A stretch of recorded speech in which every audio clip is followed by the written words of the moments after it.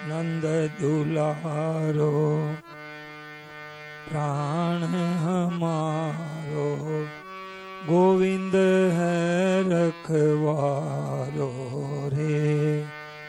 नंद दुलारो प्राण हमारो, गोविंद है रखवारो रे।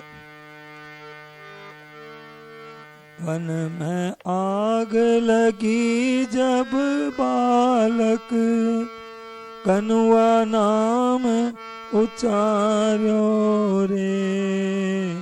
वन में आग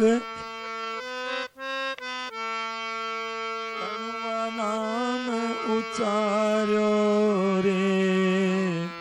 दावा नल मुख पान कियो है, क्षण में सब दुख टार्यो रे। दावा नल मुख पान कियो है, क्षण में सब दुख टार्यो रे। नंद दुलारो प्राण हमारो, गोविंद है रखवारो रे। उछल गेंद जमुना में गिर गई, सोच सका भयो भारो रे। उछल गेंद जमुना में गिर गई, सका सोच भयो भारो रे।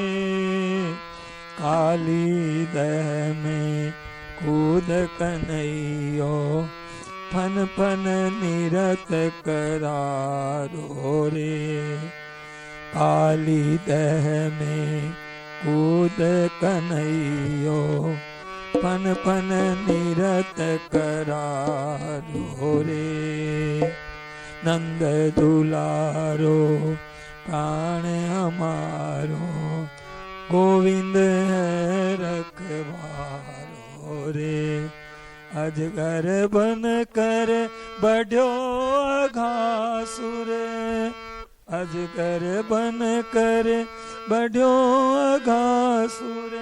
जो जन में मुख फार्यो रे, जो जन में मुख फार्यो रे।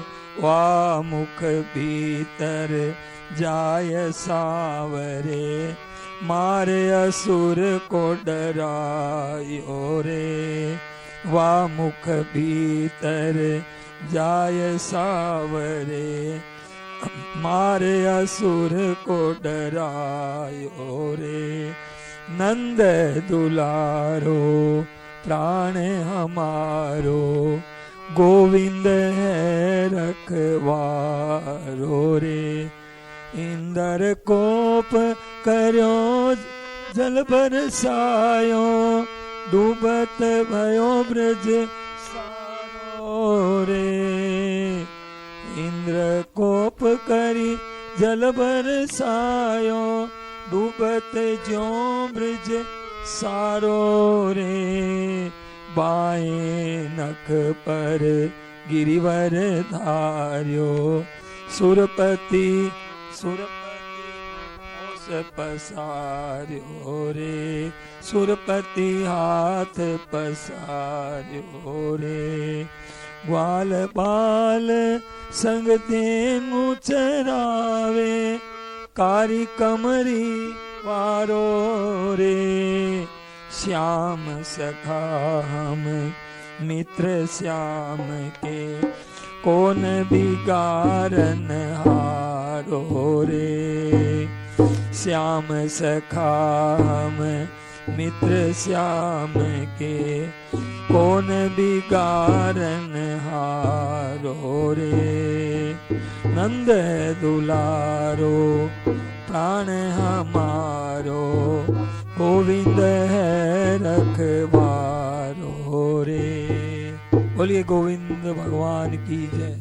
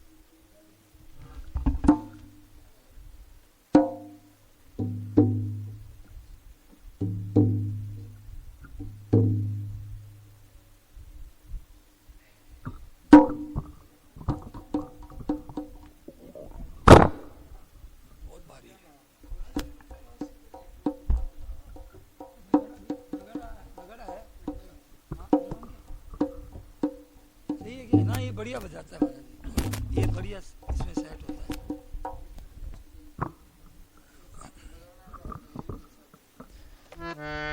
बंसी वालो तो रम रयो मेरे अंगना, बंसी वालो तो रम रयो मेरे अंगना, मेरे अंगना, मेरे अंगना,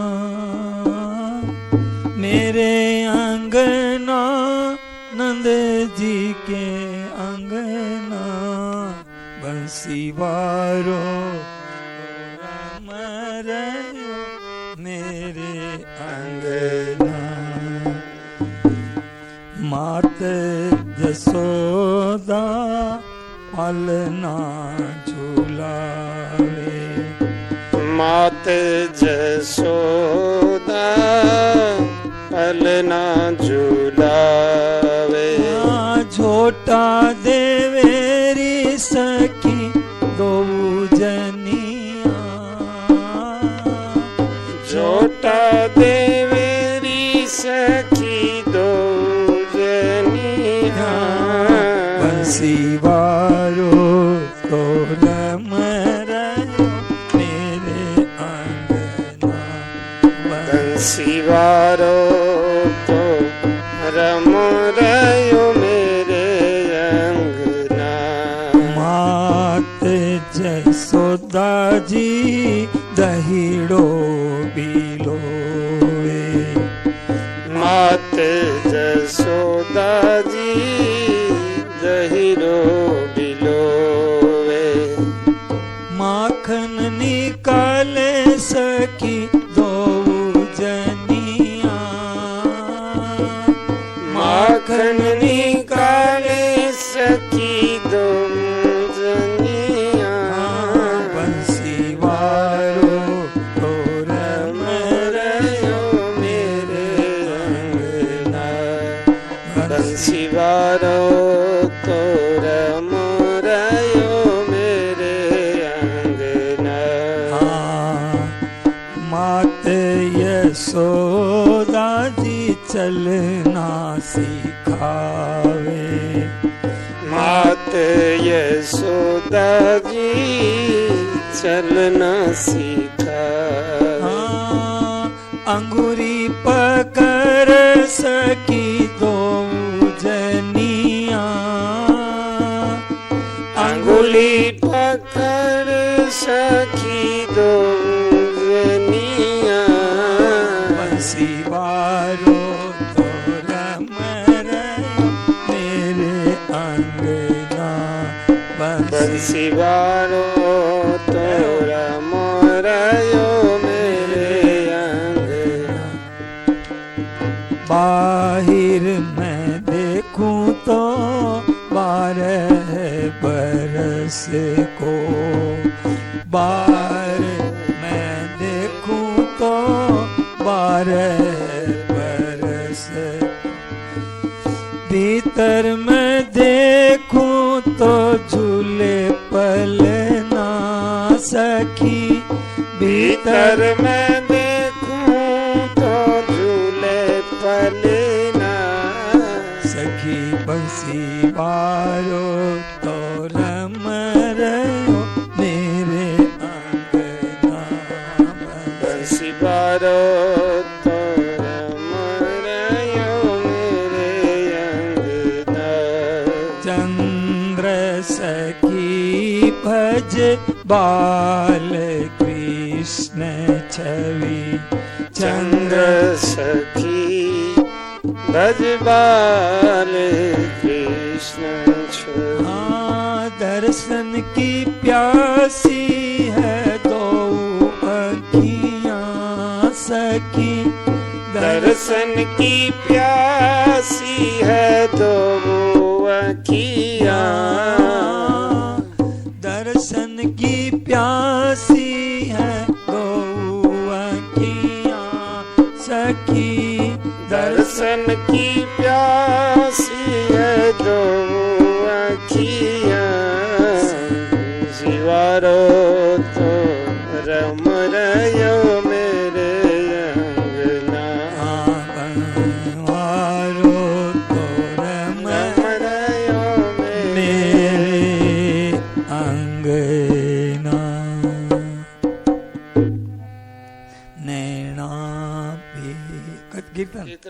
चल हम बजना गोड है मच्छर मच्छर खा गए।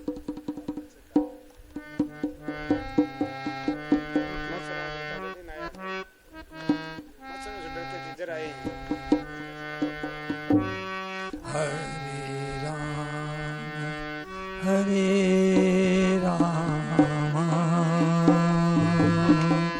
राम राम हरे हरे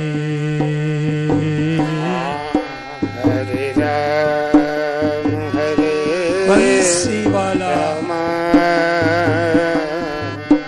राम राम हरे हरे हरे कृष्ण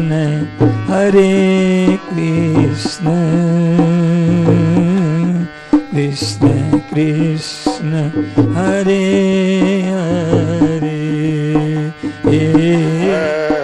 हरे कृष्ण हरे कृष्ण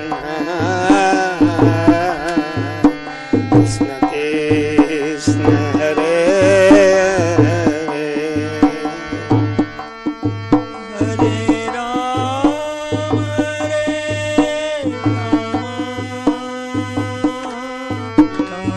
राम हरे हरे हरे राम हरे राम राम हरे हरे कृष्ण कृष्ण कृष्ण कृष्ण हरे हरे हरे कृष्ण वारी वारी जाऊं कृष्ण कृष्ण हरे हरे राम राम राम राम हरे हरे हरे राम हरे राम बलिहार राम हरे हरे हरे कृष्ण कृष्ण कृष्ण कृष्ण हरे हरे हरे कृष्ण हरे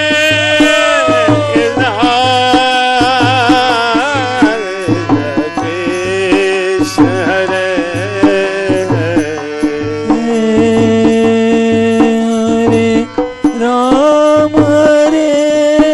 राम राम राम हरे हरे हरे राम हरे राम राम हरे हरे कृष्ण कृष्ण कृष्ण हरे हरे हरे कृष्ण हरे कृष्ण कृष्ण हरे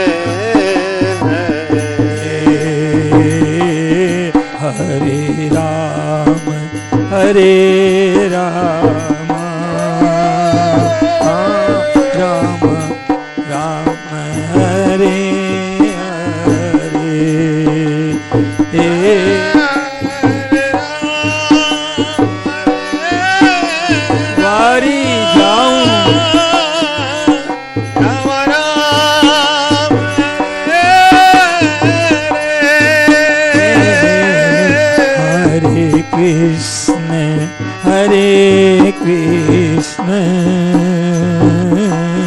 कृष्ण कृष्ण हरे हरे हरे कृष्ण हरे कृष्ण कृष्ण कृष्ण हरे हरे राम हरे राम राम राम हरे हरे हरे राम हरे राम गोविंद गोविंद राम हरे हरे हरे कृष्ण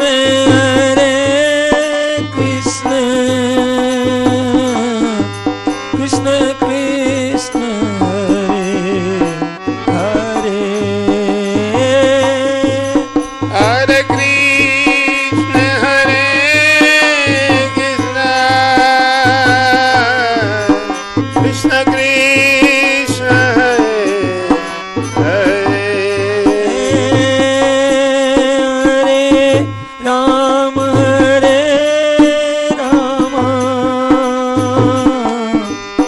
राम राम हरे हरे हरे राम हरे राधे राम राम हरे हरे हरे कृष्ण कृष्ण कृष्ण हरे हरे हरे कृष्ण हरे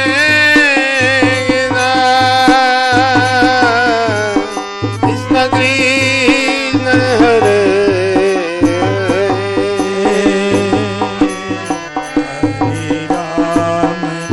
हरे राम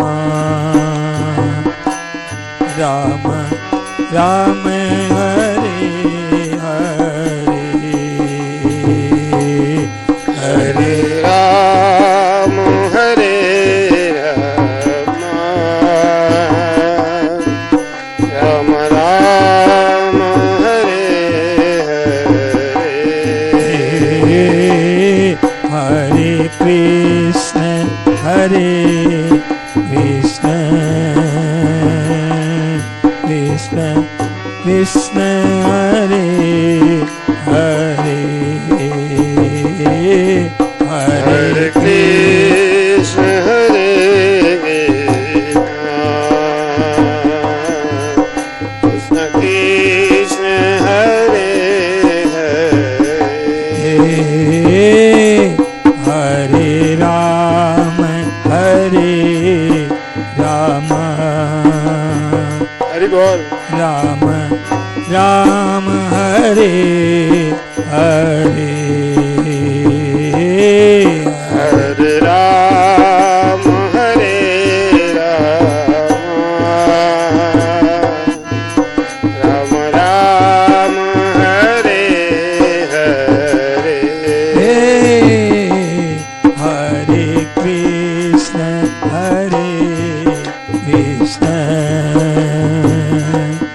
कृष्ण कृष्ण हरे हरे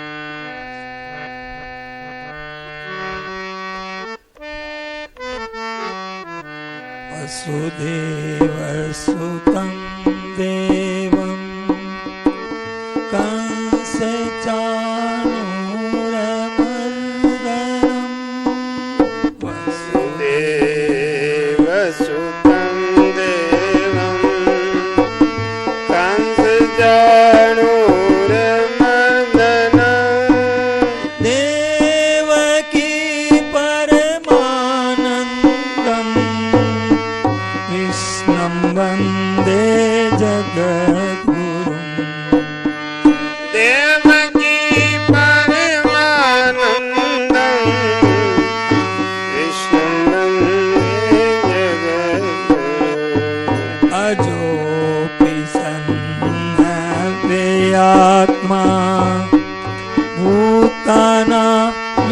भूतानामीश्वरोऽपि सन् अजोऽपि सन्नव्ययात्मा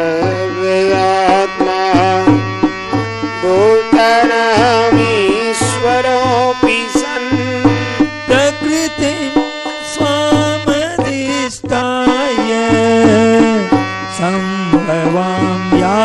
सम्भवाम्यात्ममायया प्रकृतिं स्वामधिष्ठाय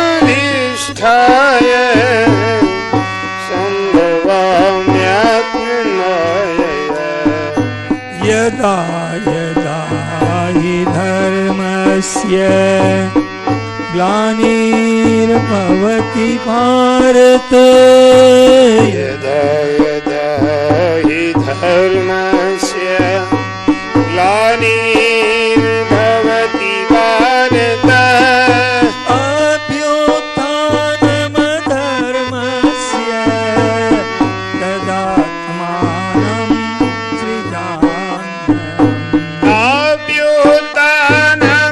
अभ्युत्थानमधर्मस्य तदात्मानं सृजाम्यहम् परित्राणाय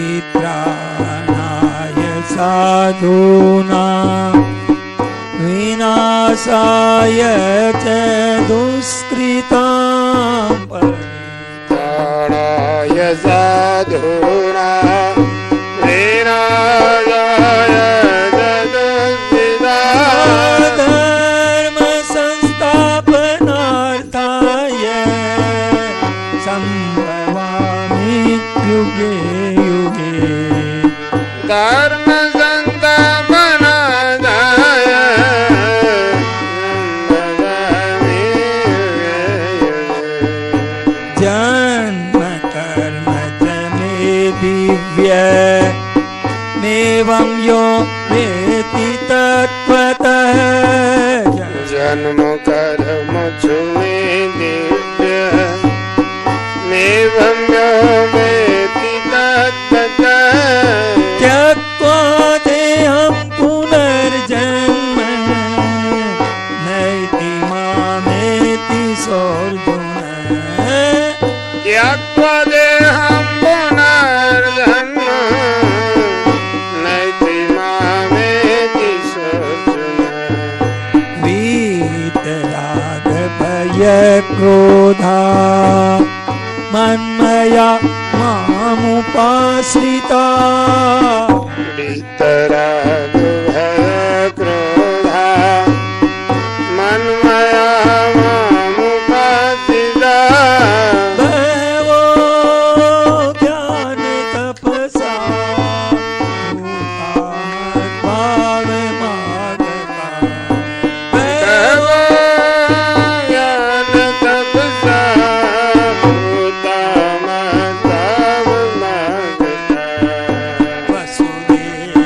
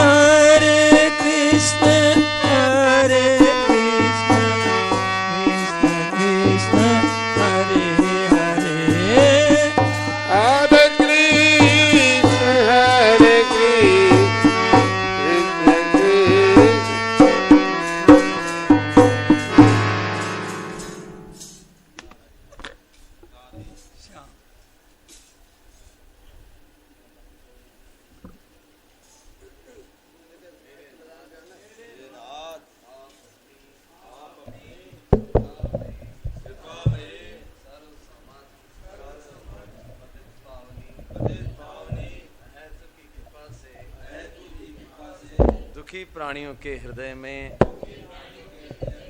त्याग का बल एवं सुखी प्राणियों के हृदय में सेवा का बल प्रदान करें, जिससे वे सुख दुख के बंधन से मुक्त हो आपके पवित्र प्रेम का आस्वादन कर कृतकृत्य हो जाएं।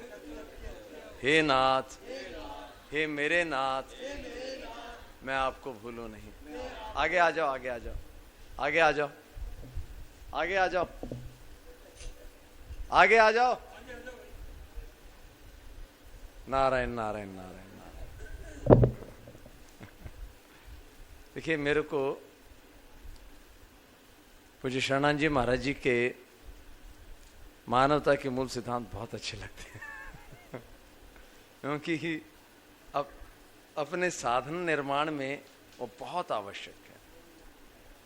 हाँ, तो पहले इसी को ही थोड़ा सा समय लगेगा, पहले हम बोलेंगे, पीछे पीछे से आप बोलना, क्योंकि ये बहुत महत्वपूर्ण चीज है। ठीक है, बहुत ही महत्वपूर्ण है और इससे बहुत लाभ होता है। मानवता के मूल सिद्धांत, पहला आत्मनिरीक्षण, अर्थात प्राप्त विवेक के प्रकाश में अपने दोषों को देखना। दूसरा, की हुई भूल को पुनः न दोहराने का व्रत लेकर सरल विश्वास पूर्वक प्रार्थना करना। तीसरा, विचार का प्रयोग अपने पर और विश्वास का दूसरों पर, अर्थात न्याय अपने पर और प्रेम तथा क्षमा अन्य पर। चौथा, जितेंद्रियता, सेवा, भगवत चिंतन और सत्य की खोज द्वारा अपना निर्माण। पांचवा, दूसरों के कर्तव्य को अपना अधिकार, दूसरों की उदारता को अपना गुण और दूसरों की निर्बलता को अपना बल न मानना। छठा, पारिवारिक तथा जातीय संबंध न होते हुए भी पारिवारिक भावना के अनुरूप ही पारस्परिक संबोधन तथा सद्भाव, अर्थात कर्म की भिन्नता होने पर भी स्नेह की एकता। सातवां, निकटवर्ती जन समाज की यथाशक्ति क्रियात्मक रूप से सेवा करना। आठवां, शारीरिक हित की दृष्टि से आहार विहार में संयम तथा दैनिक कार्यों में स्वावलंबन। नौवां, शरीर श्रमी, मन संयमी, बुद्धि विवेकवती, हृदय अनुरागी तथा अहम को अभिमान शून्य करके अपने को सुंदर बनाना। 10वां, सिक्के से वस्तु, वस्तु से व्यक्ति, व्यक्ति से विवेक तथा विवेक से सत्य को अधिक महत्व देना। 11वां, व्यर्थ चिंतन त्याग तथा वर्तमान के सदुपयोग द्वारा भविष्य को उज्ज्वल बनाना। नारायण नारायण नारायण। देखो, बहुत बढ़िया बातें हैं, बहुत ही पूरा मानव जीवन को बिल्कुल, जितना गंभीर चिंतन मानव जीवन का पूज्य शरणानंद जी महाराज जी का हुआ है, उतना आज तक किसी दार्शनिक का नहीं हुआ। इतने बढ़िया ढंग से उन्होंने मानव जीवन को समझा है। परंतु फिर भी एक बात अपनी बुद्धि से मैं कह रहा हूं, स्वामी जी महाराज जी का जो इस विषय में चिंतन है वो और भी ज्यादा गंभीर है, क्योंकि पूज्य शरणानंद जी महाराज जी का सारा दर्शन उनके निज विवेक पे खड़ा है, उसमें श्रद्धा की कोई बात नहीं है। सारा का सारा दर्शन उनके निज विवेक पे खड़ा है। परंतु परम पूज्य स्वामी जी महाराज जी का विवेक के साथ साथ श्रद्धा का भी बहुत ज्यादा आदर है।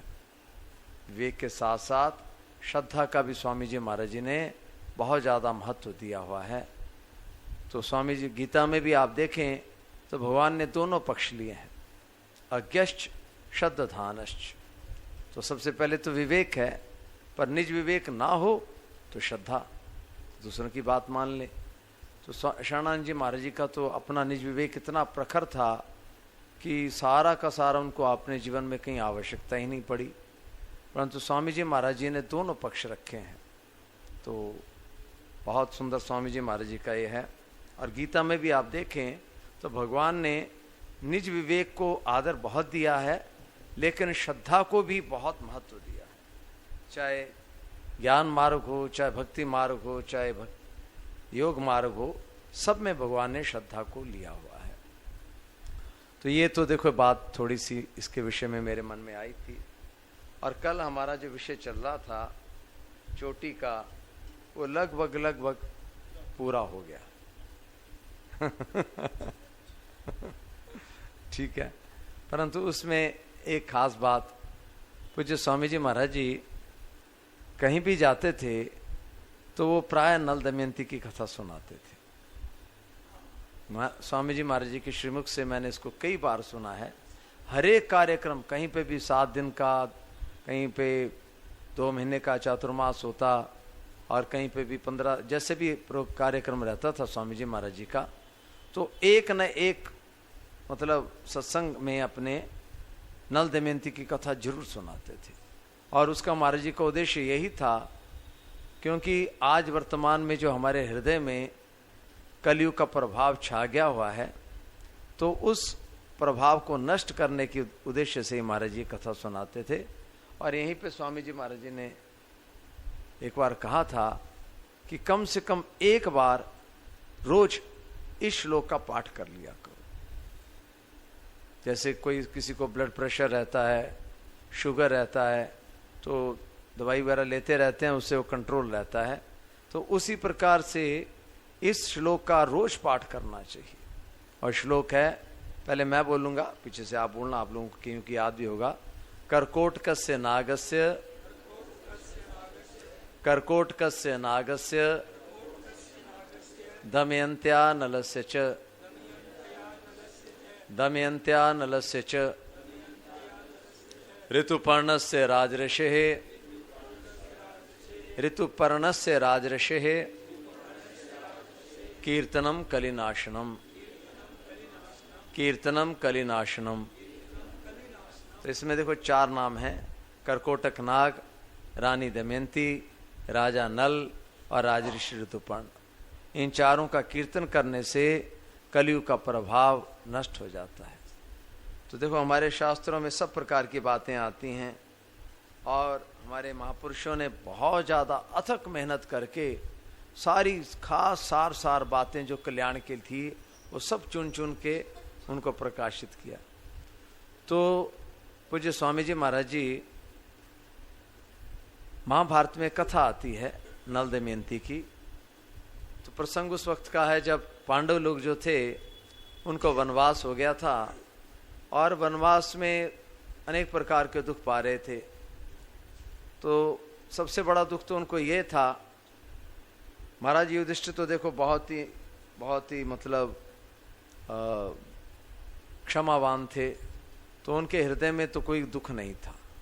परंतु जब द्रौपदी और भीमसेन आदि को देखते तो उनके थोड़ा सा उनके भीतर में इतना रोष था, उसके कारण से भी थोड़ा कई बार उसको उनके दुख को अपना मान के बात रखते थे। और दूसरा जो वास्तविक दुख उनके जीवन में एक और था कि उन सबके सबसे ज्यादा प्राण प्रिय अर्जुन थे। तो जैसे वनवास हुआ और उसके कुछ समय के बाद ही वेद व्यास जी वहां पे युधिष्ठिर जी के पास में आए और उन्होंने कहा कि 13 वर्ष के बाद बड़ा भयंकर युद्ध होगा और उसके लिए अभी से तैयारी शुरू कर दो। वेद व्यास जी ने कहा। तो बोले क्या करें महाराज? बोले अर्जुन को दिव्य अस्त्रों के लिए पहले कैलाश में भेजो, वहां पे शंकर भगवान की उपासना करे, उनसे पाशुपताश अस्त्र ले और उसके बाद दिव्य अस्त्रों के लिए स्वर्ग में जाए। और उन्होंने एक मंत्र भी बताया, कहा ये मंत्र उसको अर्जुन को बता देना, इससे वो 1 दिन में हिमालय में पहुंच जाएगा। तो युधिष्ठिर महाराज जी ने समय देखते हुए वो मंत्र भी उनको बताया और वो 1 दिन में ही वो कैलाश में पहुंच गए। और वहां पे काफी समय तक 7-8 महीने रह के पहले भगवान शंकर की उपासना की, उनके दर्शन हुए और उनसे उन्होंने पाशुपताश अस्त्र की शिक्षा ली। तो अर्जुन भी उनके साथ नहीं थे, इस बात का उनको और भी ज्यादा दुख था पांडवों को, क्योंकि अर्जुन जो सबके प्राण प्रिय थे। तो इस प्रकार से उनके दिन बीत रहे थे और वहां पे एक ही सुख था, वहां पे जंगल में एक ही सुख था कि वहां पे बहुत से ऋषि मुनि आते रहते थे, संत महात्मा आते थे और उनके साथ उनका बड़ा सत्संग होता था। तो ऐसे एक बार बृहदश्व नाम के एक ऋषि आए और युधिष्ठिर महाराज जी ने उनको बड़ा आदर सत्कार किया, बैठने को आसन दिया, जलपान आदि करवाया और फिर थोड़ा विश्राम कर लिए। तो उसके बाद युधिष्ठिर महाराज जी ने उनसे कहा कि महाराज, आपने मेरे जैसा कोई मंद भाग्य पुरुष आपने कभी देखा सुना है क्या? मैं पूरी पृथ्वी का सम्राट था, क्योंकि राजसूय यज्ञ वही कर सकता है जिसको पूरी पृथ्वी के राजा अपना सम्राट मान ले, उसके बिना वो राजसूय यज्ञ कर ही नहीं सकता। तो बड़े झमेले वाला काम था राजसूय यज्ञ करना। तो पूरी पृथ्वी के जितने भी राजा थे उनके साथ उनका युद्ध हुआ। बहुतों ने तो सहजता से स्वीकार कर लिया और जिन्होंने स्वीकार नहीं किया उनके साथ युद्ध हुआ। तो इसके बाद इतना बखेड़ा करके फिर वो सम्राट बने, परंतु फिर सारा का सारा युद्ध में वो हार गए। तो आज थोड़ा सा भी हमारा मोबाइल भी खो जाए तो कितना दुख होता है। और इतनी विपुल संपत्ति उनकी जब चली गई तो युधिष्ठिर महाराज जी के हृदय में दुख तो कोई नहीं था। देखो धर्मराज थे, किसी परिस्थिति में वो दुखी नहीं होते थे, परंतु द्रौपदी आदि के कारण से वो उनको खूब खरी खोटी सुनाते रहते थे। तो युधिष्ठिर महाराज जी ने ये बात कही कि मेरे जैसा कोई मंद भाग्य आपने देखा या सुना है, जो पूरी पृथ्वी का सम्राट होने के बाद आज ऐसे दर दर भटक रहा हूं। तो उसके बाद उन्होंने उनसे निवेदन किया। तो बृहदश्व मुनि ने कहा कि राजन, ऐसा मत समझो कि तुम्हारे जीवन में दुख आया है। मैं ऐसे और भी वृतांत जानता हूं जिनके जीवन में तुम्हारे से भी ज्यादा दुख आया। प्रभु राम का उन्होंने जीवन चरित्र बताया और नल दमयंती की कथा के लिए कहा। तो उन्होंने कहा यदि तुम्हारा मन हो तो मैं ऐसा कोई चरित्र सुनाऊं? तो उन्होंने कहा महाराज जरूर सुनाओ, क्योंकि दुखी आदमी के सामने उससे भी ज्यादा कोई दुखदाई आदि दिख जाए तो उसको देख के सांत्वना होती है कि अरे तो मेरे से भी इसकी हालत खराब है। तो फिर सारे पांडव लोग, चारों पांडव और द्रौपदी बैठ गए और बृहदश्व मुनि ने राजा नल और दमयंती की कथा सुनाना शुरू किया। कहा बहुत पहले की बात है, विदर्भ देश था और एक निषद देश था। विदर्भ देश के राजा थे भीमसेन और बड़े ही प्रजावत्सल, प्रजा का बड़े अपने प्राणों के समान पालन पोषण करने वाले और सब प्रकार के अस्त्र शस्त्रों के भी ज्ञाता थे। परंतु उनके जीवन में एक दुख था कि उनकी कोई संतान नहीं थी। तो उनके राज्य में एक ऋषि आए, उनका नाम था दमन। तो ऋषि लोग जो होते हैं बड़े तपस्वी रहते हैं और उनके पास बड़ी सामर्थ्य शक्ति रहती है, प्रसन्न हो जाएं तो वरदान दे देते हैं। तो राजा भीमसेन ने उनकी खूब सेवा की और खूब सेवा करने से ऋषि दमन जो थे वो बड़े प्रसन्न हुए। बोले राजन क्या चाहते हो? बोले महाराज मेरी कोई संतान नहीं है। तो बोले देखो तुम्हारी 4 संतान हो जाएंगी, 3 बेटे होंगे और 1 बेटी होगी। तो इस प्रकार उन्होंने आशीर्वाद दिया और उसके बाद फिर राजा भीमसेन के 4 संतानें हुई। तो जो बेटी थी उसका नाम दमयंती रखा उन्होंने। और दमयंती जो थी वास्तव में बिल्कुल स्वर्ग की कोई अप्सरा के समान ही थी, कोई स्वर्ग की देवी के समान ही थी।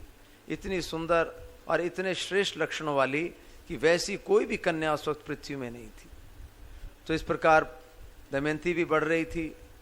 और उस तरफ निषद देश के राजा जो थे, राजा नल थे, और वो भी सर्वगुण संपन्न थे, अस्त्र शस्त्र के पूर्ण ज्ञाता, और अपने वेदों का पूरा अच्छा से उन्होंने अध्ययन किया था, और अपनी प्रजा का अपने प्राणों से भी बढ़कर उसका बड़े अच्छे ढंग से उसका संचालन करते थे। तो राजा नल जो थे बड़े सुंदर भी थे और सर्वगुण संपन्न थे। तो उन्होंने दमयंती के गुणों के बारे में सुना, और ऐसे ही दमयंती ने भी राजा नल के बारे में सुना। तो ऐसे सुन सुन के ही एक दूसरे के मन में आकर्षण पैदा हो गया। तो एक बार राजा नल ने एक बड़ा सुंदर उद्यान लगाया था, और उसमें तरह तरह के पक्षी आते थे, अलग अलग उनके लिए दाना वगैरह जैसा चुगते थे वैसी सारी व्यवस्था की हुई थी। तो एक बार वहां पे मानसरोवर के हंस भी आए। तो उन्होंने सुना कि ऐसे से राजा नल ने एक बड़ा सुंदर उद्यान बनाया हुआ है, एक बगीचा है, और सारे पक्षियों के लिए उसने वहां पे व्यवस्था की है, सब प्रकार का जुगा उनको मिलता है। तो हंस लोग जो थे वो भी उड़ करके मानसरोवर से राजा नल के वहां पे आए। तो वहां पे राजा नल ने जब हंसों को देखा, अरे देखा हमारे बगीचे में हंस आए हैं, तो बड़ी युक्ति से राजा नल ने उन हंसों को पकड़ लिया। अब हंसों को पकड़ लिया तो हंस बोले कि राजन हमें छोड़ दो, तो हम आपका बड़ा प्रिय कार्य करेंगे। हम दमयंती के पास जाके तुम्हारे गुणों और रूप का इतने सुंदर ढंग से वर्णन करेंगे कि वो तुम्हें ही पति के रूप में वर्णन करेगी। अब ये बात जब सुनी राजा नल ने तो भी थोड़े शिथिल हो गए, क्योंकि दमयंती के मन में उनके हृदय में एक अनुराग पैदा हो गया था। तो उन्होंने उन हंसों को छोड़ दिया, और वो हंस उड़ते हुए विदर्भ देश में जहाँ पे दमयंती थी, और वो भी अपनी सहेलियों के साथ एक अपने बगीचे में, राजा के बगीचे में खेल रही थी। तो उसी वक्त वो हंस आए और एक पेड़ के ऊपर बैठ के बड़े सुंदर ढंग से राजा नल का चरित्र गायन करने लगे। तो इतने सुंदर ढंग से जैसे हनुमान जी ने राजा राम जी का चरित्र सीता जी को सुनाया था, ऐसे ही उन हंसों ने भी राजा नल का जो चरित्र सुनाया।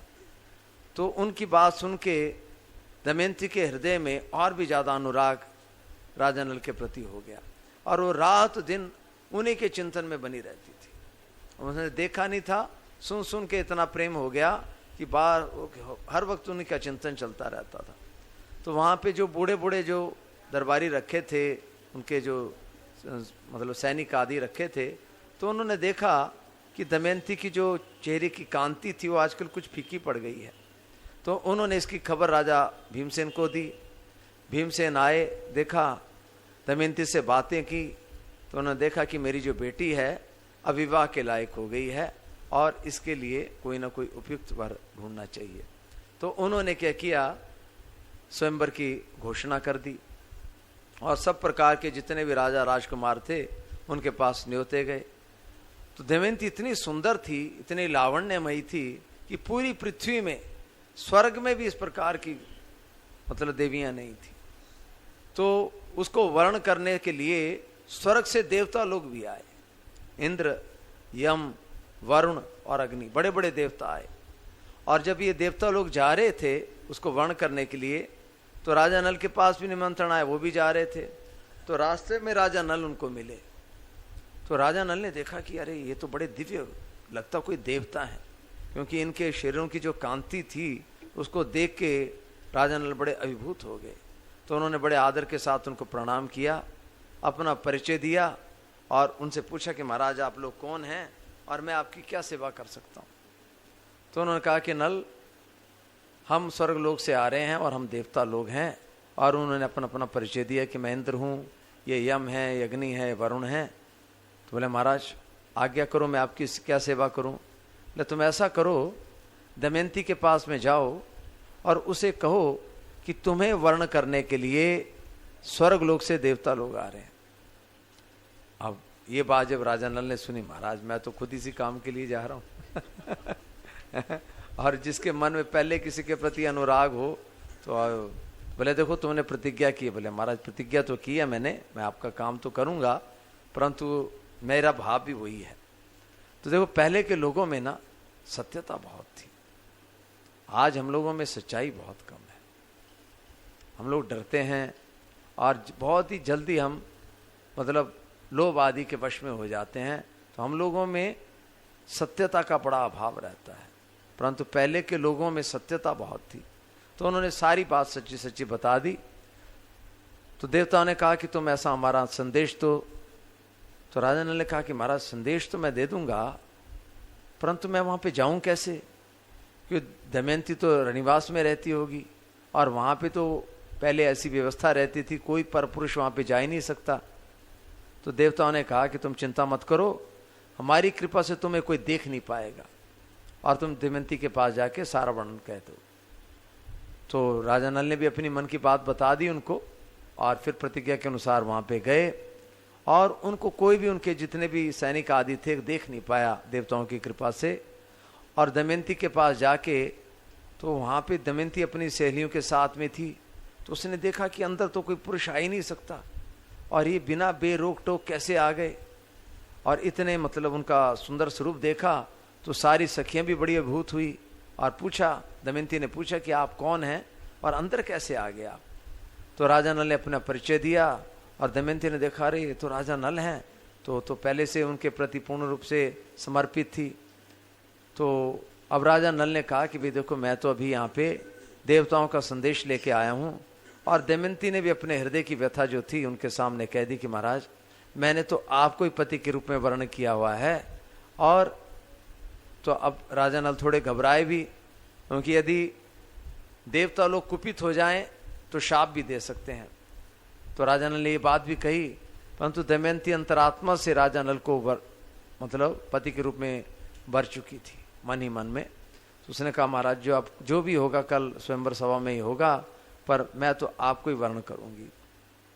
और उसके बाद राजा नल वहां से प्रस्थान किए। अगले दिन जब स्वयंवर की सभा लगी हुई थी और देवता लोग जो हैं वो तो सारे अंतर्यामी रहते हैं और उनको पता था कि दमयंती जो है वो तो राजा नल के गले में ही वरमाला डालेगी। तो उन्होंने क्या किया, बिल्कुल नल जैसा ही स्वरूप बना लिया, नल जैसा स्वरूप बना के बिल्कुल नल के पास ही बैठ गए।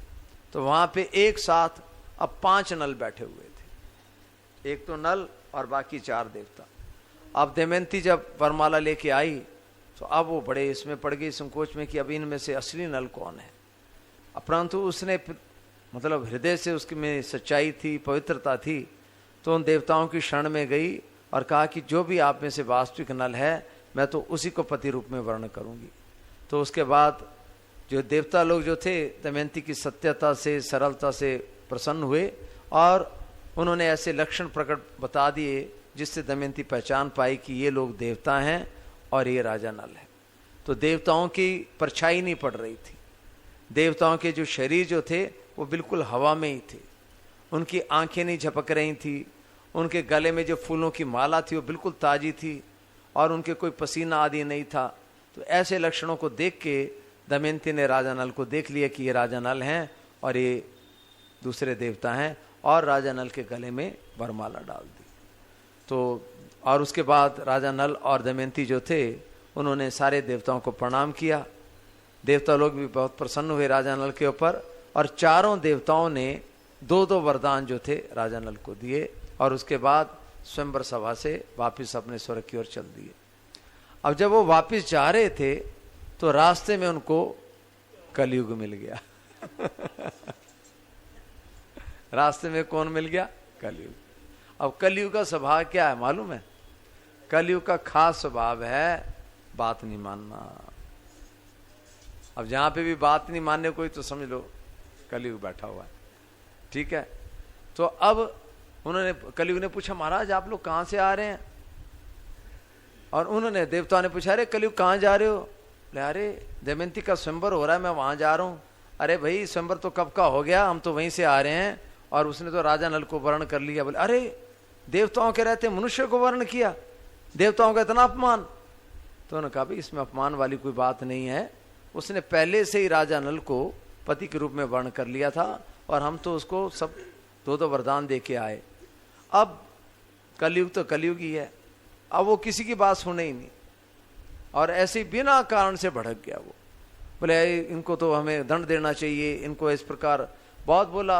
अब उन देवताओं ने देखा भी यार इसको तो कौन समझाए, कौन माथा फोड़ी करे, वो तो अपना रास्ता पकड़ा निकल गए हैं, क्योंकि वो मानने वाला तो है ही नहीं। तो अब कलयुग तो अब कलयुग के बिना मतलब की आग लग गई। अब वो कईयों के पास में गया, बोले देखो इन नल और दमयंती ने देवताओं का बड़ा अपमान किया और इनको कुछ दंड देना चाहिए। तो बाकियों ने कहा देखो राजा नल से किसी प्रकार का तो मेल हो गए, तो ये राजा नल का जीवन तो बिल्कुल बिल्कुल शास्त्र के अनुसार चलता है, ये तो धधकती आग में हाथ डालने के बराबर है। बोले हम तो तुम्हारा साथ नहीं देंगे। तो कोई भी कलयुग की बातों में नहीं आया, क्योंकि पता है राजा नल से बैर मोल लिया तो हमारे लेने के देने पड़ जाएंगे। परंतु द्वापर जो है उसका बस पड़ोसी है, वो उसकी बातों में आ गया। बोले हाँ हाँ ठीक कह रहा तू। बोले मैं तेरा साथ दूंगा। और अब कलयुग जो था वो राजा नल के वहां पे राज्य में उसने अड्डा जमा लिया और देखता रहा भी कब कोई गलती करेगा तो मैं इसके भीतर घुस जाऊंगा। क्योंकि जब तक हमारा जीवन बिल्कुल ठीक चल रहा हो, हमारा शरीर मन बुद्धि पवित्र हो, तब तक कोई आसुरी शक्ति हमारे भीतर प्रवेश नहीं कर सकती। अब राजा नल का सुबह उठने से लेकर रात को सोने तक सारी क्रियाएं शास्त्र सम्मत होती थी, तो उसको मौका ही नहीं मिले कि मैं इसे प्रवेश कैसे करूं, तो उसको मौका ही नहीं मिला। और ऐसे करते करते 12 साल बीत गए। और कहते हैं ना 12 साल में कोई भी तपस्या सफल हो जाती है। तो एक दिन क्या हुआ, राजा नल जो थे संध्या करने बैठे थे और उसके बीच में उनको लघु शंका लग गई। अब लघु शंका गए और लघु शंका करने के बाद पेशाब जाने के बाद हाथ धो लिए, कुल्ला कर लिया, पर पैर नहीं धोए। पैर नहीं धोए और कलयुग ने देखा कि अभी अपवित्र दशा में है और संध्या करने बैठ गए और कलयुग झट उनके भीतर में प्रवेश कर गया। अब बाकी की कथा हम आपको कल सुनाएंगे। बहुत अच्छा सुनाओ। अब आपका समय अनाधिकार सिस्टम।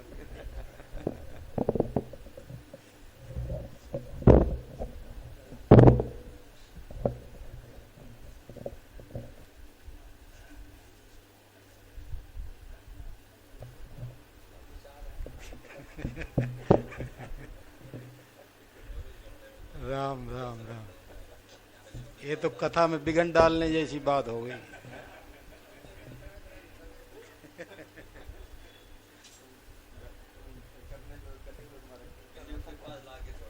राम राम राम। जो बात चल रही थी पूरी हो जाती है, कोई बात। राम राम राम राम राम। मेरे को वैसे याद नहीं ना। श्री राम राम राम। वसुदेव सुतं देवं कंस चाणूरमर्दनं देवकी परमानंदं कृष्णं वंदे जगद्गुरुं। श्री कृष्णं वंदे जगद्गुरुं। राम राम राम।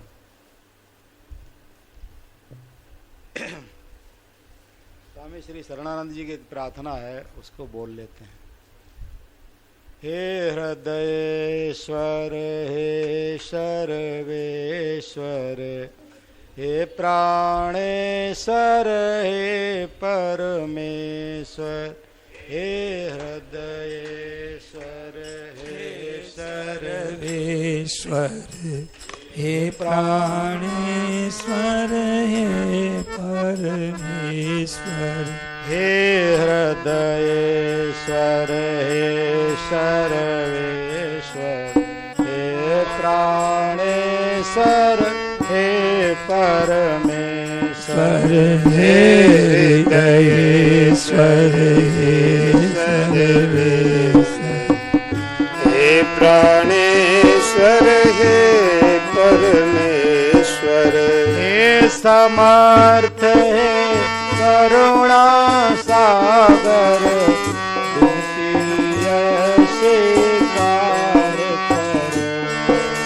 हे समर्थ हे करुणा सागर विनती स्वीकार करो। हे समर्थ हे करुणा सागर विनती पार करो। हे समर्थ करुणा सागर विनती ऐसी कर करो। भूल दिखा कर उसे मिटा कर अपना प्रेम प्रदान करो। हो भूल दिखा कर उसे मिटा कर अपना प्रेम प्रदान करो। भूल दिखा कर उसे मिटा कर अपना प्रेम प्रदान करो। भूल दिखा कर उसे मिटा कर अपना प्रेम प्रदान करो। पीर हरो हरि पीर हरो हरि पीर हरो प्रभु पीर हरो। तीर हरो हरि तीर हरो प्रभु पीर हरो हरि पीर हरो। पीर हरो हरि पीर हरो हरि पीर हरो प्रभु पीर हरो। तीर हरो हरि तीर हरो प्रभु पीर हरो हरि पीर हरो। पीर हरो हरि पीर हरो हरि पीर हरो प्रभु पीर हरो। पीर हरो हरि पीर हरो पीर हरो प्रभु पीर हरो। राम राम राम राम। ऐसा सुनते हैं कि जब महाराज जी ने ये प्रार्थना की तो उस समय विश्व युद्ध होने वाला था और ये प्रार्थना की महाराज ने तो वो युद्ध टल गया, ऐसे कहते हैं। प्रार्थना में जो है बहुत शक्ति होती है। परम श्रद्धेय स्वामी जी महाराज सुबह भी संकेत कर रहे थे भक्त चरित्रों का और प्रार्थना का। हम लोग धर्म ग्रंथों का स्वाध्याय करें, नाम जप करें। और स्वामी जी महाराज कहते थे कि बोले आप किसी ग्रंथ का अध्ययन कर रहे हो और करते करते करते करते जब कोई अच्छा भाव बन जावे तब उस समय वो प्रार्थना का विशेष समय होता है। प्रार्थना करने का वो विशेष समय होता है।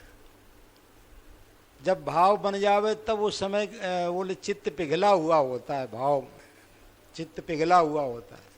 जैसे गोस्वामी श्री तुलसीदास जी महाराज श्री राम कथा कह रहे हैं और श्री राम कथा कहते कहते जब उनका विशेष चित्त पिघलता है तब पिघले हुए चित्त में वो क्या करते हैं, जैसे कथा सुनाते हैं तो कैसे कथा सुना रहे हैं, अपने मन को श्रोता बना के कथा सुना रहे हैं।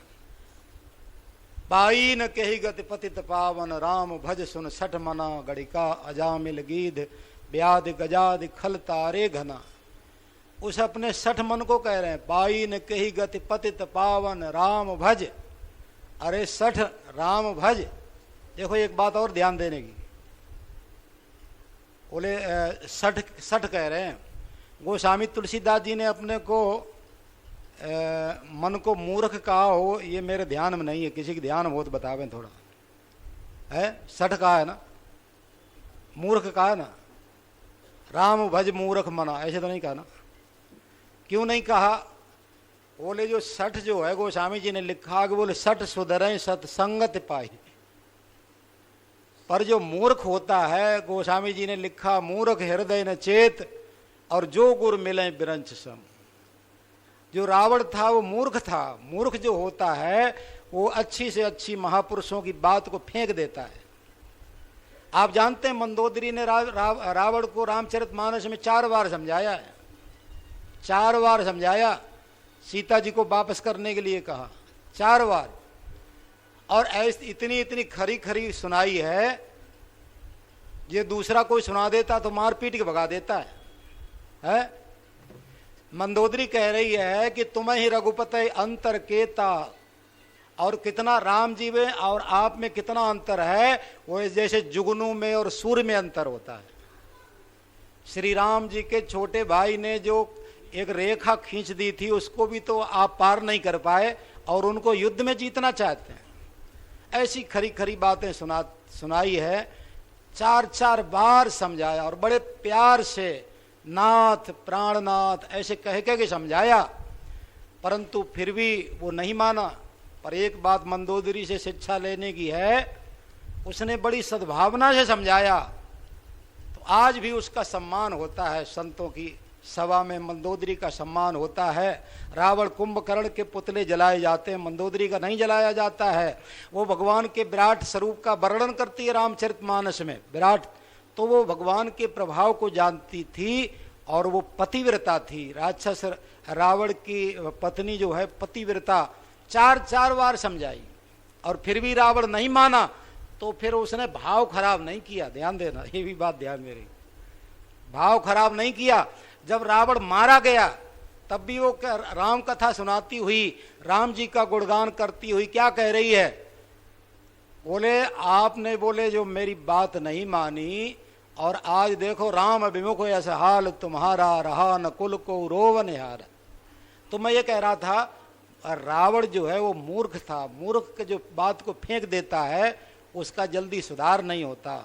तो गोस्वामी जी कहते हैं, बोले 60 का सुधार हो जा, 60 सुधरें सतसंगति पाई, पारस परस कुधातु सुहाई। तो ऐसे गोस्वामी तुलसीदास जी महाराज जब कथा सुनाते सुनाते उनका जब विशेष चित्त पिघलता है, तो वो अपने श्रोता मन को फटकार लगाते हैं और उसको प्रेरित करते हैं भगवान का भजन करने के लिए।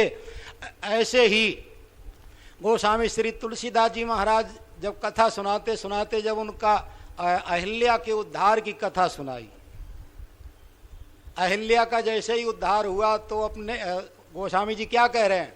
अस प्रभु दीन बंधु हरि कारण रहित दयाल, और तुलसीदास सठ ते ही भज छाण कपट जंजाल।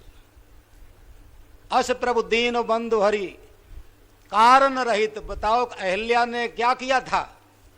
ऐसा क्या किया? कोई भजन किया गया उस समय? अरे गौतम ऋषि ने श्राप दे दिया, पत्थर बनी पड़ी है, और पत्थर जो जड़ होता है उस पत्थर में कैद हो गई। वो अपनी रक्षा के लिए किसी को पुकार भी नहीं सकती है कि मैं जड़ बन गई, यहाँ पत्थर बन गई, मेरी कोई यहाँ आकर के रक्षा करे। तो आप जानते वो पतित है। तो ऐसे जो लोग पतित है होते हैं, तो भगवान का एक नाम पतित पावन है। पतित सच्चे देखा जाए तो पतित कौन होता है? बोले जो अपनी रक्षा के लिए दूसरे को बुला भी ना सके। आपको कहीं अचानक एकांत में आप कहीं जा रहे हैं रात्रि में और चोर मिल जावे, आपको लूटने लग जावे, तो आप जानते एक वाणी का बल होता है जो आवाज लगा के बुलाते हो कि मेरी रक्षा करो, बचाओ बचाओ। परंतु अहिल्या तो वो पत्थर बनी पड़ी है, वो किसी को रक्षा के लिए बुला भी नहीं सकती। तो ऐसे जो पतित, हम लोग पतित भी तो नहीं पूरे बन पाते, इसलिए पावन नहीं हो रहे। भगवान तो पतितों को पूरे पतित कहाँ है बताओ? कुछ ना कुछ अपबल तपबल और बाहुबल, चौथो बल है दाम, सूर किशोर के कृपाते सब बल हारे को हरिनाम। तो कुछ ना कुछ आश्रय लिए हैं, इसलिए भगवान के पूरा भगवान का आश्रय कहाँ ले पा रहे हैं। तो ऐसे जो पतित होते हैं भगवान वो उनके पास नहीं जा सकते हैं, तो पतित पावन उनके पास चले जाते हैं। हाँ महाराज जैसे ही चरण रज मिली तो अहिल्या कहते हैं पत्थर में से प्रकट हो गई, और वो श्री राम जी के सन्मुख खड़ी होकर के स्तुति कर रही है। और स्तुति करते करते क्या कह रही है? मेरे पति ने, ऋषि ने मुझे श्राप देकर के पत्थर की बना दी, वो बहुत अच्छा किया। अगर मेरे पति ऋषि मुझे श्राप देकर के पत्थर की ना बनाते तो भगवान के चरणों की रज ना मिलती। मुनि श्राप जो दीना अति भल कीना, परम अनुग्रह मैं माना। अरे जिन भगवान के चरणों के दर्शन करने के लिए बड़े बड़े अमलात्मा विमलात्मा महात्मा लोग तपस्याएं करते हैं, साधन भजन करते हैं, और चरणों के दर्शन नहीं होते, ऐसे भगवान ने मुझे अपने चरण दर्शन ही नहीं दिए, उन्होंने तो मेरे ऊपर चरण ही रख दिए।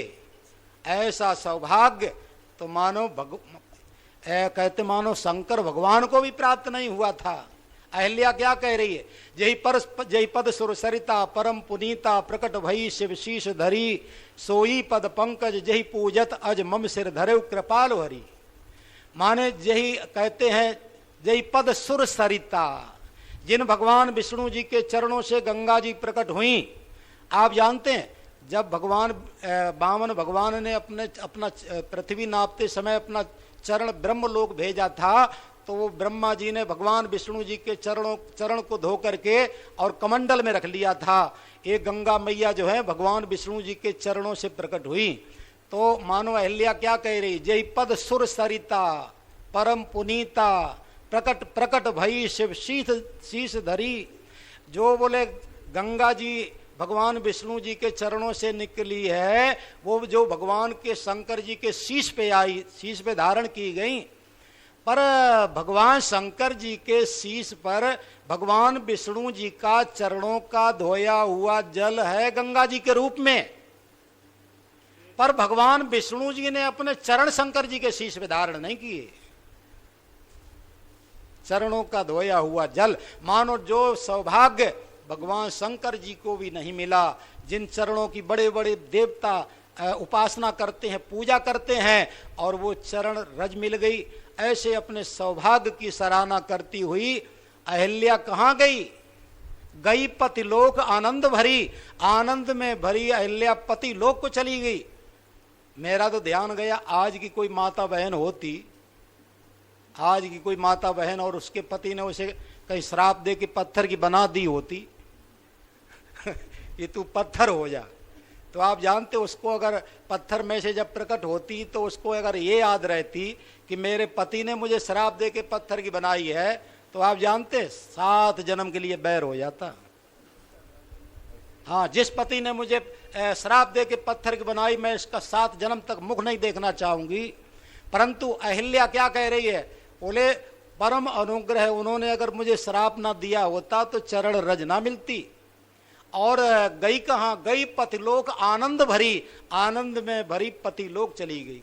और अहिल्या का जैसे ही उद्धार हुआ, ये एक कथा लिखते लिखते गोस्वामी तुलसीदास जी महाराज का चित्त पिघलता है। तो वो क्या कह रहे हैं, अपने मन को कह रहे हैं, बोले अस प्रभु दीन बंधु हरि कारण रहित दयाल, और तुलसीदास सठ ते ही भज छाड़ कपट जंजाल। महापुरुषों का कहना है, पुस्तक पढ़ते पढ़ते या नाम जप करते करते, किसी भी साधन को करते करते, जब हमारा कहते हैं चित्त जो है पिघल जाए और विशेष मन लग जावे, तब आप जानते हैं फिर ये भाव छोड़ देना चाहिए कि हमें पाठ पूरा करना है, ये इतना हमने नियम लिया है, इसको पूरा करना है। आप जानते हो उस समय पूरा करने की सोचोगे तो वो साधन में बाधा है, हम वो बाधा लग जाएगी। क्योंकि वो जो उस समय फिर वो जिसके लिए हम साधन कर रहे हैं, किसके लिए साधन कर रहे हैं, भगवत प्राप्ति के लिए।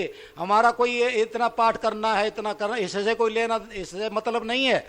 बोले जहाँ विशेष भाव बने वहाँ पाठ नहीं करना है, फिर क्या करना है, बोले उस समय चित्त पिघला हुआ होता है, वो प्रार्थना का विशेष समय होता है, तब वो पूरा पाठ नहीं करना, क्या करना है, फिर उस समय प्रार्थना करनी चाहिए।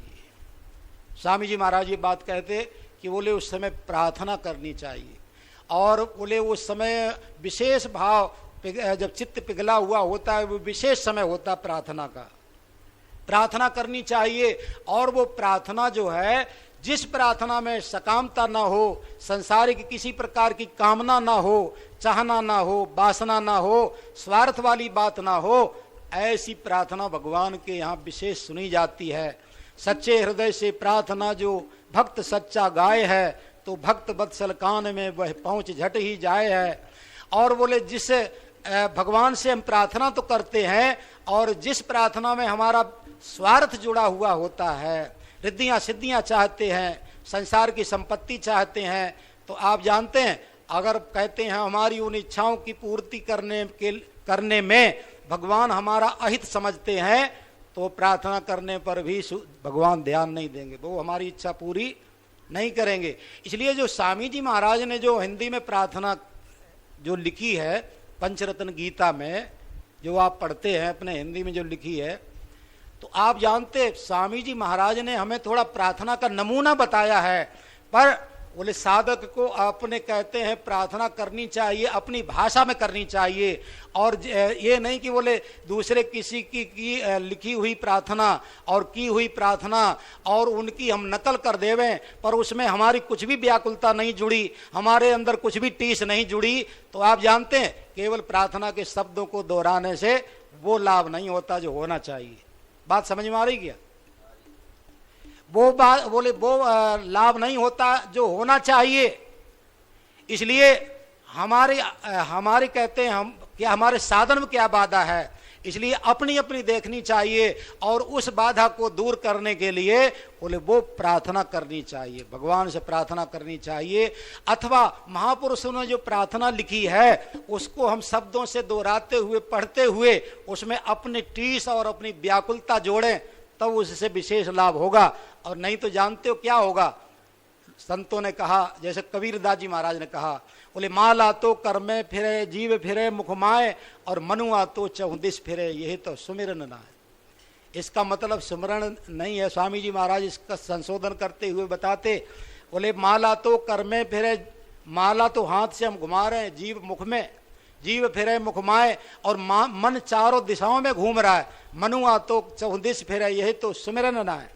तो इसका मतलब ये है कि बोले जो हमारे से भूल हो रही है, जो गलती हो रही है उसका सुधार करें, इसके लिए सावधान किया गया। इसका मतलब ये नहीं है कि मन लगा नहीं है, मन नहीं लगा है तो माला जब कुछ छोड़ देवे, इसका भाव ये नहीं है।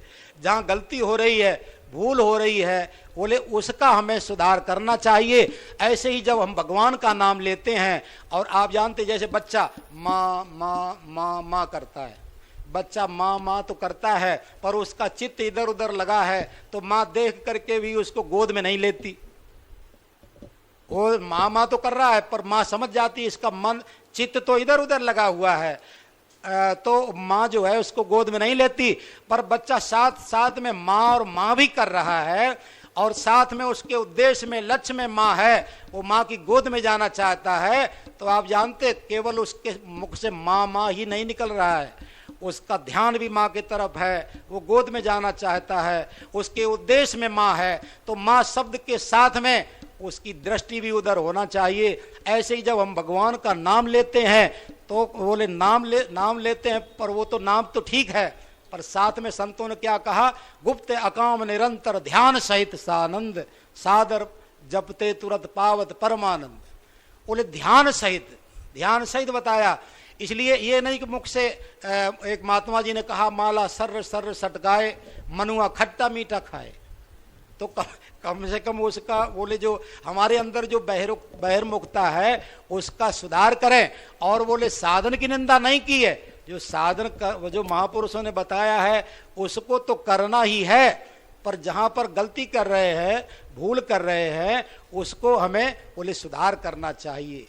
तो ऐसे प्रार्थना करना, और कहते हैं भक्तों के चरित्र, स्वामी जी महाराज भक्तों के चरित्र पे भी बड़ा जोर देते थे।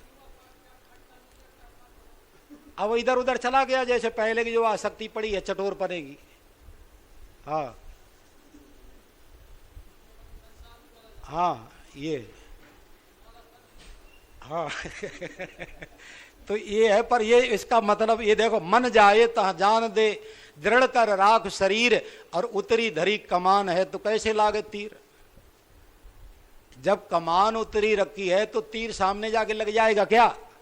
अरे जो जिसके लिए हम बैठे हैं, जो साधन के लिए बैठे हैं, मन के पीछे क्यों पड़े हैं? मन जावे तो जाने दे। जो हमने उद्देश्य बनाया है, जो लक्ष्य बनाया है, इतने समय हमें सत्संग में बैठना है, कथा में बैठना है, तो कहते शरीर से ही नहीं बैठना है, मन भी वहीं रहे, बुद्धि भी वहीं रहे, चित्त भी वहीं रहे, मन लगा करके सुनना है।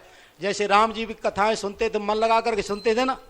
वेद पुराण सुनय मन लाई, आप कहें अनुजन समझाई, और वेद पुराण वशिष्ठ बखाने, सुनय राम यद्यप सब जाने।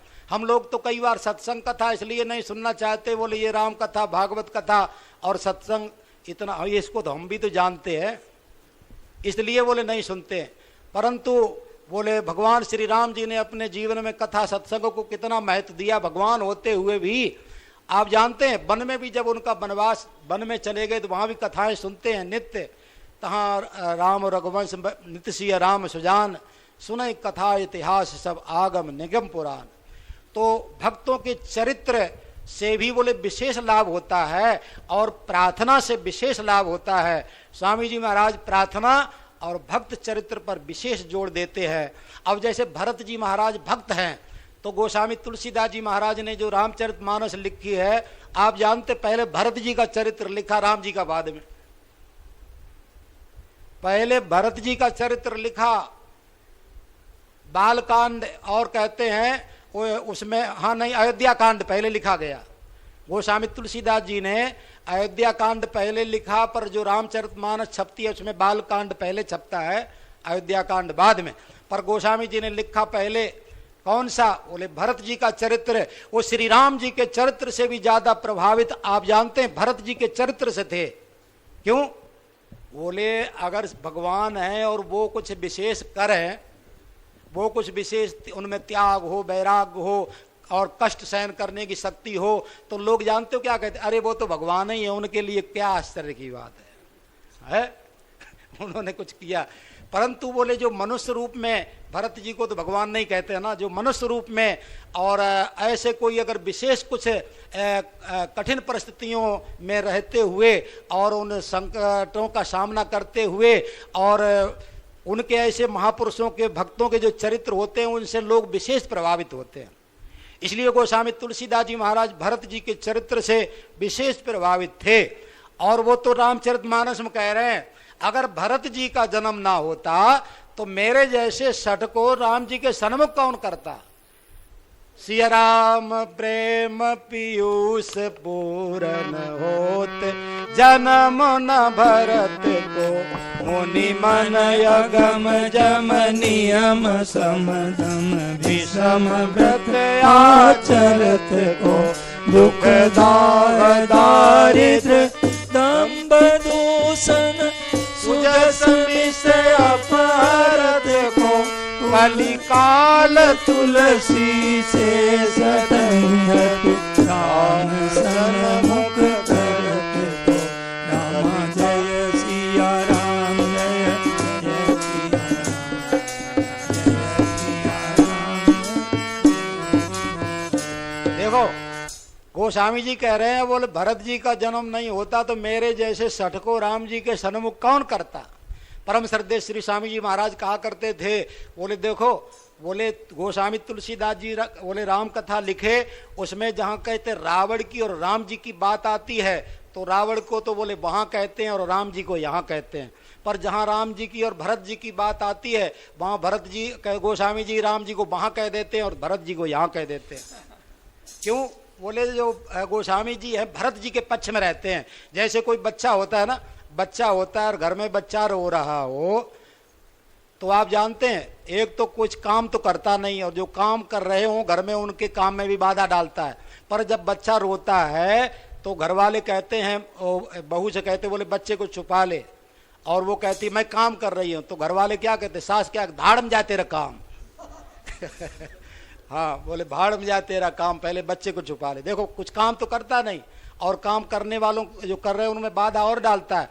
फिर भी बच्चा जब रोता है तो बोले सब उसके पक्ष में हो जाते हैं। ऐसे ही आप जानते सतयुग, त्रेता, द्वापर, कलयुग जितने भी संत महात्मा हुए, भक्त हुए, अगर कोई नया साधक होता है और भगवान का प्रेम चाहता है, भगवान के तरफ चलता है, तो आप जानते हैं भगवान के पक्ष में वो भक्त नहीं रहते हैं, संत महात्मा उसके पक्ष में आ जाते हैं और सिफारिश करते, बोले महाराज जैसे वो क्या नाम वो है ना, महाराष्ट्र में महाराज हुए एक नामदेव जी नामदेव जी महाराज, और विट्ठल भगवान से कह रहे, बोले महाराज ये जो रंका बंका है, रांका वांका है, ये लकड़ी बीन करके और बेच करके अपने परिवार घर का खर्चा चलाते हैं और इतने गरीब है और इतना आपका भजन करते हैं, फिर भी कहते हैं इनको आप संपत्ति क्यों नहीं देते?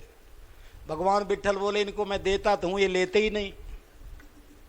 अरे लेते नहीं, इनको देता हूँ। तो वो कथा तो आप जानते ही, सबने लगभग सुनी होगी। तो ऐसे है, अब वो बड़े बड़े संत महात्मा भक्त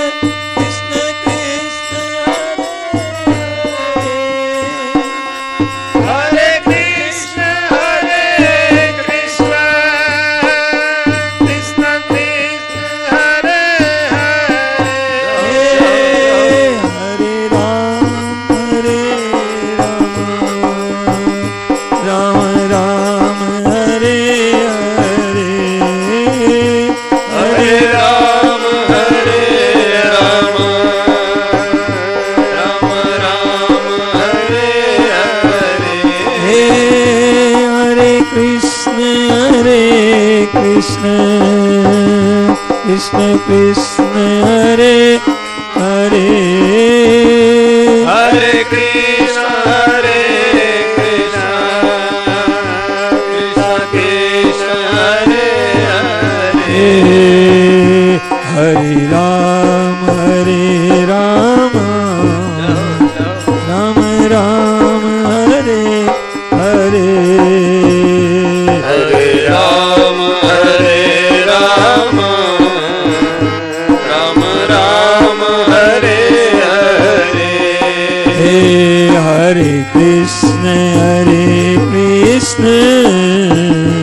कृष्ण कृष्ण हरे हरे हरे कृष्ण कृष्ण कृष्ण हरे हरे हरे राम राम राम हरे हरे हरे राम राम हरे हरे हरे कृष्ण कृष्ण कृष्ण हरे हरे हरे कृष्ण कृष्ण कृष्ण हरे हरे हरे राम राम राम हरे हरे हरे राम राम हरे हरे हरे कृष्ण कृष्ण कृष्ण हरे हरे हरे कृष्ण कृष्ण कृष्ण हरे हरे हरे राम राम राम हरे हरे हरे राम राम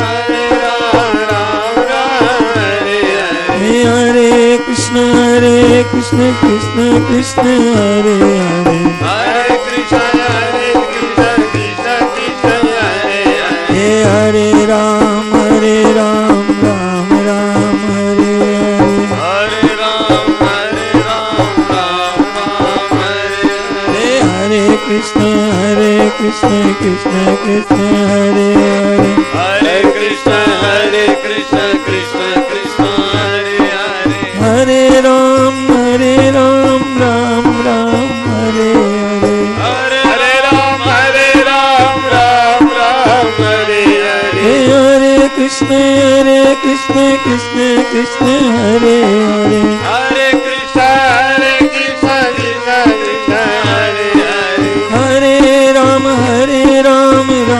राम हरे हरे राम राम हरे हरे हरे कृष्ण कृष्ण कृष्ण हरे हरे हरे कृष्ण कृष्ण कृष्ण हरे हरे हरे राम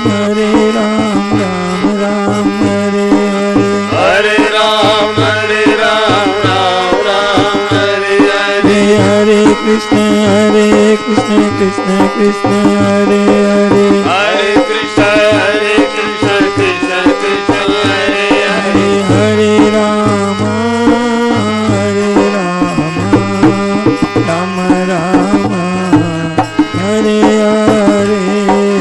हरे राम राम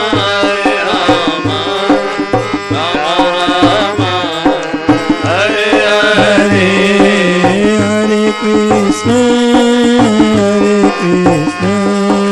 कृष्ण कृष्ण हरे हरे हरे कृष्ण कृष्ण कृष्ण हरे हरे हरे राम राम राम हरे हरे हरे राम राम हरे हरे हरे कृष्ण कृष्ण कृष्ण हरे हरे हरे कृष्ण कृष्ण कृष्ण हरे हरे हरे राम राम हरे हरे हरे राम राम हरे हरे हरे कृष्ण कृष्ण कृष्ण हरे हरे हरे कृष्ण कृष्ण कृष्ण हरे हरे हरे राम राम हरे हरे हरे राम राम हरे हरे हरे कृष्ण कृष्ण कृष्ण हरे हरे हरे कृष्ण कृष्ण कृष्ण हरे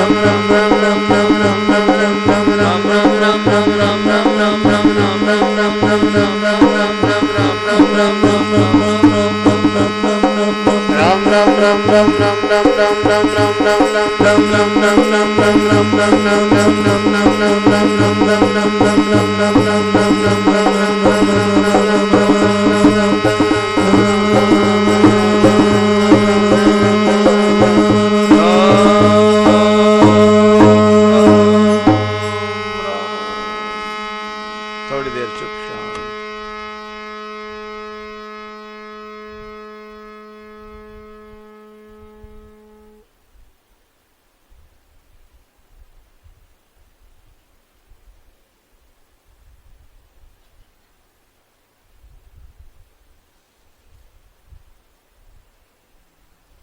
मेरे नाथ आप अपनी सुधामयी सर्व समर्थ पतित पावनी अहेतु की कृपा से मानव मात्र को विवेक का आदर तथा बल का सदुपयोग करने की सामर्थ्य प्रदान करें एवं हे करुणा सागर अपनी अपार करुणा से शीघ्र ही राग द्वेष का नाश करें। सभी का जीवन सेवा त्याग प्रेम से परिपूर्ण हो जाए। हे नाथ हे मेरे नाथ मैं आपको भूलूं नहीं। श्यावर रामचंद्र भगवान की जय। और मुकुट बंसी वाले की जय। उमापति महादेव की जय। पवन सुत हनुमान जी महाराज की जय। अनंत कोटि सौ संत महात्माओं की जय। गीता गंगा गो माता की जय। आज के आनंद की जय। ओम नमः पार्वती पते हर हर महादेव।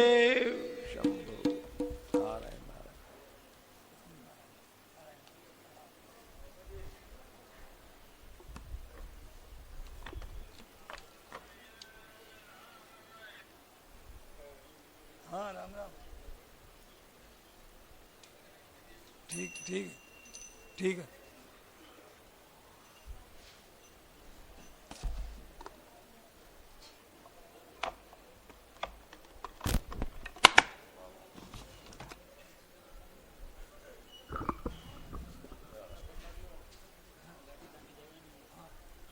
मैं